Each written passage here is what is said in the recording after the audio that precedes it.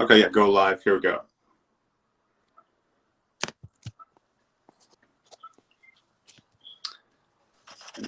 There we go. There you're on. This is being recorded. All right. Welcome back, everyone. I've got a special guest here today. I'm getting some feedback. Are you hearing the echo there? Yeah, let me turn this down because then you'll be able. There you go. Should be no feedback now. Awesome. All right. So, guys, I'm here today with David Meltzer, who's the co-founder of Sports One Marketing. He also served as the CEO of the renowned Lay Steinberg Sports Agency, which is actually the inspiration for the movie Jerry Maguire. Show me the money, some lovers. Love that. And his life's mission is to empower 1 billion people to be happy. And this is simply a powerful mission that I've been on an incredible journey to try and provide one thing, and that's value. And in all of his content, communication is exactly what you'll receive. And as part of this mission, for the last 20 years, he's been providing free trainings to empower others just like you to be happy. So learn more about training, go to meltzer.com/training. Every Friday at 11 o'clock. Got a great group there, so check him out. David, I'm honored. Thank you so much for your time. It's a huge fan, and welcome to the show.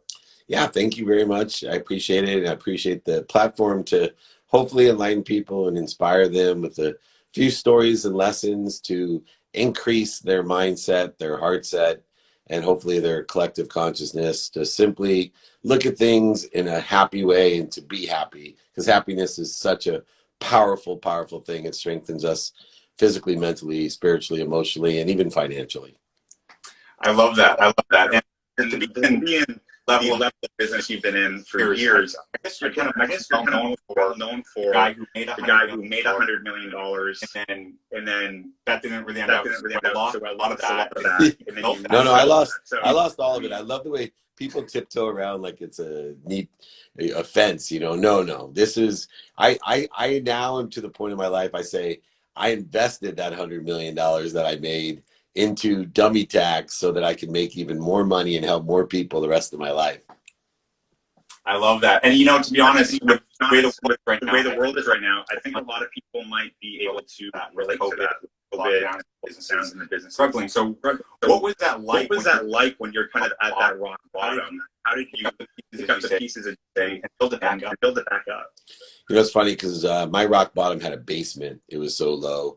But it occurred actually, when you have that much money, it takes a while to lose it or to actually go bankrupt. So for me, it was 2 years before I actually went bankrupt that I was completely distraught, unhappy, about to lose everything. My wife says I was about to lose my life even. I know I was about to lose my wife. And I fortunately had some tremendous people in my life that guided me to take stock in who I was, to look at internally what I wanted, to find it externally. And, although I've been blessed my entire life and have made more money and, just been happy, I had to do some inventory work and processing work and see where my worthiness and my difficulties lied. So I started to create value, non-negotiable values, routines, adaptable routines, and daily practices that have, over the last 15 years now, truly proven to allow me to be happy, to enjoy the consistent everyday, persistent without quit pursuit of my potential, to make a ton of money, to help a ton of people, and have a ton of fun in my life. You actually just said I was just going to lead into you. I said that's going to be your slogan on your website there. I was doing my research here. You've got that big on your website. Make a ton of money, help a lot of people. I love that. Doing my research on you, my favorite episodes I saw of an interview of yourself. A little lesser known fact is I heard through the grapevine you used to enjoy partying with the Wolf of Wall Street, Mr. Jordan Belfort himself. So what was that like? That with Wolf of Wall Street. So what? I got another interview with Jordan coming up, and he'll laugh at it. But the first time we reunited, he didn't remember, and he looked at me in the interview. I went on his podcast, and he looked at me and goes, "How do I know you?" And I kind of revived a memory in Manhattan at a club, and we both were having a really good time. Of course, I kind of remember because he was much richer than I was, and he was kind of the Long Island big shot, and I was the sports guy. And but yeah, we're actually really good friends. And the one thing I like about Jordan is that he's made his mistakes and he owns them. He illuminates what he's learned, and he's really a good person that wants to help people. Done some bad things, and I know a lot of people have a need to be offended and don't forgive. I'm a huge forgiveness person, and I really work on forgiving myself. But he's someone that deserves forgiveness as well for everything good that he's doing now.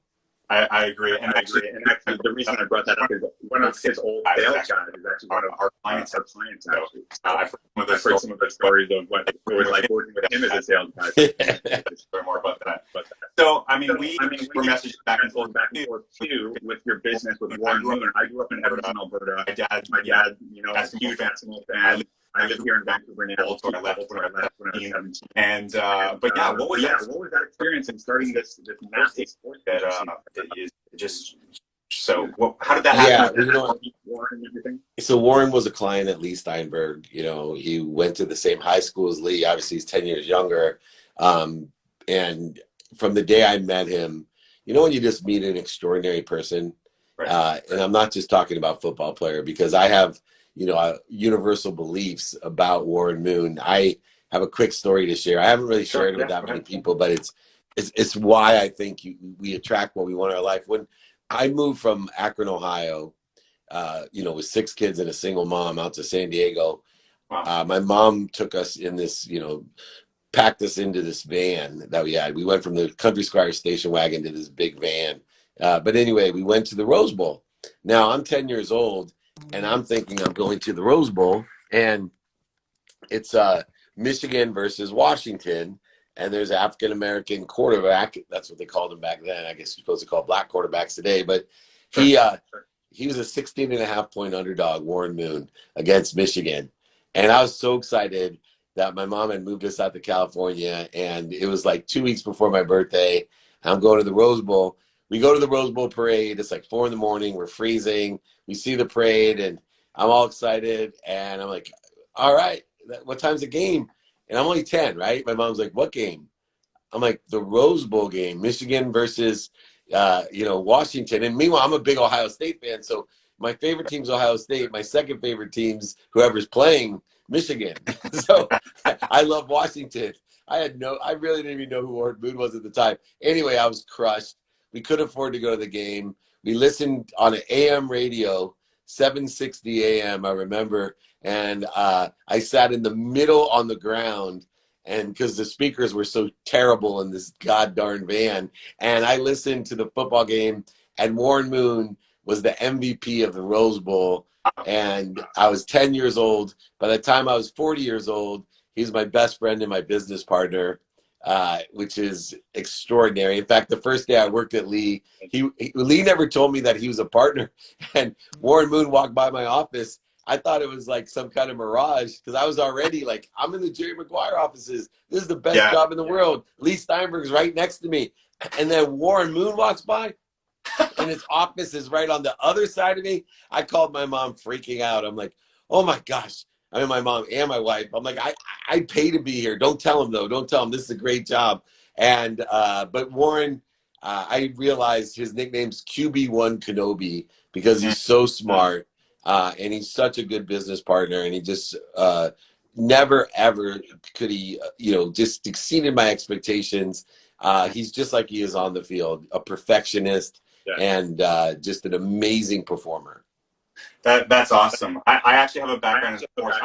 I'm 10, but I'm 6'7". I played college basketball, and like very, very, very, very pro in the Philippines. You're only a foot taller than me. Okay. But your bank account's a lot bigger than mine, so you win that game. I don't define myself by my bank account anymore, but yeah, thank you. I'd like to be 6'7" for one day. You know, when I was living in Asia, impossible to find clothes. Right. I had no problem. When I lived in Korea, I had no problem finding clothes. You lived in Korea? Seoul, yeah. I was, before sports, I was the CEO of the world's first smartphone, manufactured by Samsung. Yeah, so I was in Seoul. I lived at the Ritz-Carlton there in Seoul. which was really fun. I remember, and so they wanted me to wear a bathing cap when I went swimming. And meanwhile, I'm like, why would I have no hair. I need a wetsuit. What are you talking about, bathing cap? So you'll appreciate this. I was a university professor in Korea for a number of years. I lived in Incheon and also Busan. I went to a World Cup game in Incheon in the new stadium that they put out there. So I've been there. Yeah, that's amazing. Yeah, it's great people, great drinking culture is ridiculous. It's like Crown Royal, another level. Another level. Yeah, I had a few secrets about that too. So yeah. Another time. So fun. So I wanted to ask you this. Gratitude is such a big part of your transformation. It sounds like. Where did that start from? What does that look like now in kind of like a daily, weekly routine? How do you really tap into that? Well, gratitude, I was blessed to be born into because my mom refused to live any other way. If I came down with the wrong attitude, she'd send me back to my room and tell me to think about what I was thankful for and come back. One of the reasons I lost everything is I lost gratitude. Gratitude's a superpower. I tell people all the time, you want to change your life, say thank you before you go to bed and when you wake up. Do it for 30 straight days. I'll guarantee you'll change your life. Takes 0.1 seconds. Easiest thing that you can do and most powerful thing you can do. But yet, even myself, it took me 9 months to do it for 30 straight days. But when I did, it changed my life and still continues. Why? Because it turns pain, what is normally a stop sign, into a turn signal. It turns pain into an indicator that you have a lesson to learn. It turns pain into a turn signal to tell you something better's coming. You got a better situation to get to or make your situation better. It is the ultimate finder, seeker, and ability to find light, love, and lessons in everything I do. Gratitude is the most important, most powerful thing in my life because it gives me my perspective. I love that. And one of the personal development content piece of the movie that was about being called The Secret. Remember that? So I'm in the movie. I'm in the movie Beyond the Secret, and that movie helped as a catalyst change my life. You know what's amazing, and I was 27 years old when it came out, not knowing what to do, and then I found that internet marketing. I combined the two. I became one of the affiliates that was marketing and selling the coaching programs and conferences for a lot of the speakers from The Secret. So I did that. So do you know what 3 years. Do you know what TLC is? Transformational Leadership Council with Jack Canfield, Bob Proctor, Lee Brower. Yeah. So I actually, weird enough, I was consulting for Lee Brower, the attitude of gratitude, the rock guy. And he told me they had just started this transformational leadership council with Fred Johnson and Jack Canfield. And he started this thing. And then he came back and said, it was in San Diego, the very first one. And he said, they just filmed with Rhonda Byrne, this movie, The Secret. Crazy. And my wife thought it was awesome. I poo-pooed it. I'm like, that's so BS. And meanwhile, it ended up changing my life. And I'm on the Transformational Leadership Council today with all of those great people in the movie. Amazing. Lisa Nichols, Reverend Beckwith.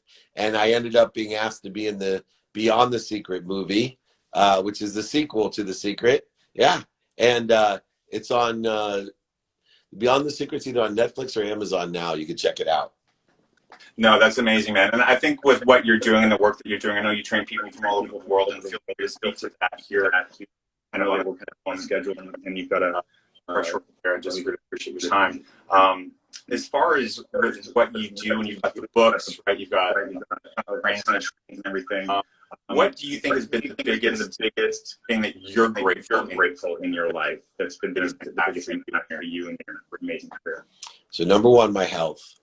I think for the first time, the entire world is questioning their own existence. And about 2.5 years ago, I really took a firm look at my health. When my wife, I completely recovered financially. My wife was such a catalyst and just an amazing, she's the second great blessing of my life. But I went to her and I said, what can I do for you? And she said, you need to take care of yourself. Because if you take care of yourself, I know how many people you'll take care of. But you got to put your health first. You can't put the family first anymore. You can't put your activity you get paid for second. You got to put your health first. So I don't get sick. I'm blessed to be healthy. and I don't take it for granted every day. You know what they say? A healthy person has 1,000 wishes. An unhealthy person only has one. Yeah, to be healthy. Yeah, I agree. I agree. And do you think that, because you're a lawyer, right? By trade. Yeah. That was actually my degree was actually in pre-law mediation and conflict resolution studies. Do you think that you make a good decision not going that route? But a lot of lawyers, I would say, are like the most stressed out, depressed, overworked, unhealthy people. Right? It's true. They make a lot of money, but it's all the lifestyle they pay for it. Yeah, it's a scarce energy, right? I ended up being an abundant energy in the internet and sales and business development and entrepreneurship. The good thing about wanting and driven to receive so you can give is there's an abundance of what you can receive. Unfortunately, in the law profession, even though a lot of lawyers help people, it's a very scarce profession where there's overselling, back-end selling, lying, manipulating, and cheating on both sides. There's a limited amount of time, which means there's a limited amount of payment. I like limitlessness. I like infinity, right? I like to live in the instant between limitless and infinity, and the law profession does not have it. Now, I will tell people out there that the legal education that I received was phenomenal. I went to Tulane Law School, and the critical analysis, the communication skills, the ability to find strengths and weaknesses in stories and lessons, I could never replace that education. But yes, one of the great blessings of my life is I decided not to be an oil and gas litigator, and I decided to get involved in the internet instead. Well, you've helped a lot of people make a lot of money, be happy, and help others. So your mission there for sure, my friend. Where can people go to find out more about you and get all the great service that you're putting out there into the world? You know, just email me, david@dmeltzer.com, at David Meltzer, or dmeltzer.com. I have 2-minute drill pitch show that you could try out.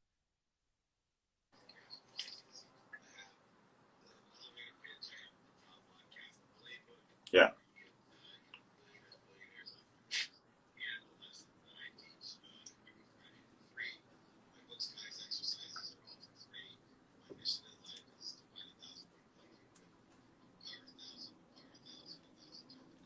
That's $1 billion. Exactly. Awesome. I can't thank you enough, David. I hope that we'll be able to go and catch some waves or drink some soju somewhere along the world and continue it on here. So I know you've got another appointment. Thank you so much for taking the time. I'll have all the links listed below here, everyone. Until then, have a good day, and we'll see you all on the next episode. For sure. Bye-bye.